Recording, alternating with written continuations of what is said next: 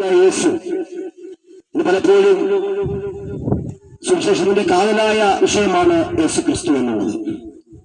പലപ്പോഴും ചോദിക്കുന്ന ഒരു ചോദ്യമുണ്ട്, യേശു ആരാണ്?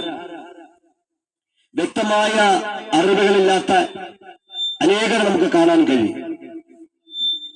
ഇന്നേക്ക് 2000 വർഷങ്ങൾ പുറകിലോട്ട് ചിന്തിച്ചാൽ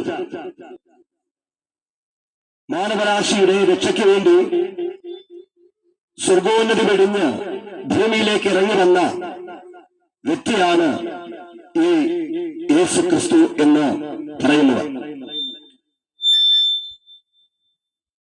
മാനവരാശിയുടെ രക്ഷകെന്ന് പറയുമ്പോൾ ലോകമുണ്ടായ നാളെ മുതൽ ദൈവത്തോട് മത്സരികളായി തീർന്ന മനുഷ്യൻ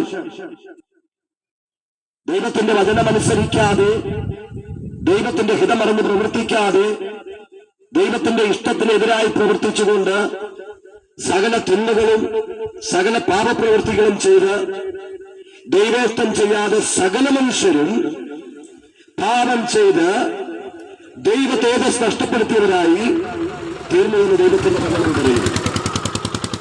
ദൈവം ആദിയിൽ മനുഷ്യനെ സൃഷ്ടിച്ചപ്പോൾ പാപമില്ലാത്തവനായി, പാപരഹിതനായി, നിർമ്മലനായി ദൈവം മനുഷ്യനെ സൃഷ്ടിച്ചു. എന്നാൽ ചില നാളുകൾക്ക് ശേഷം, ചില വർഷങ്ങൾക്ക് ശേഷം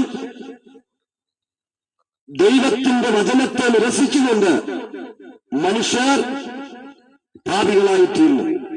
എന്നാൽ ദൈവം ഒരു പദ്ധതി ഒരുക്കി. ദൈവം സൃഷ്ടിച്ച മനുഷ്യൻ അവൻ പാപത്തിൽ വീണതുകൊണ്ട് അവന്റെ മേൽ ദൈവം ശിക്ഷ വിധിച്ചു. ദൈവം ശിക്ഷ വിധിച്ചിരിക്കുന്നത്, ശിക്ഷ ഇതാണ്: പാപത്തിന്റെ ശമ്പളം മരണമാണ്. അങ്ങനെയാണെങ്കിൽ പാപത്തിൽ അകപ്പെട്ടു പോയ മനുഷ്യൻ നിത്യമരണത്തിന് ഇടയായിത്തീരും.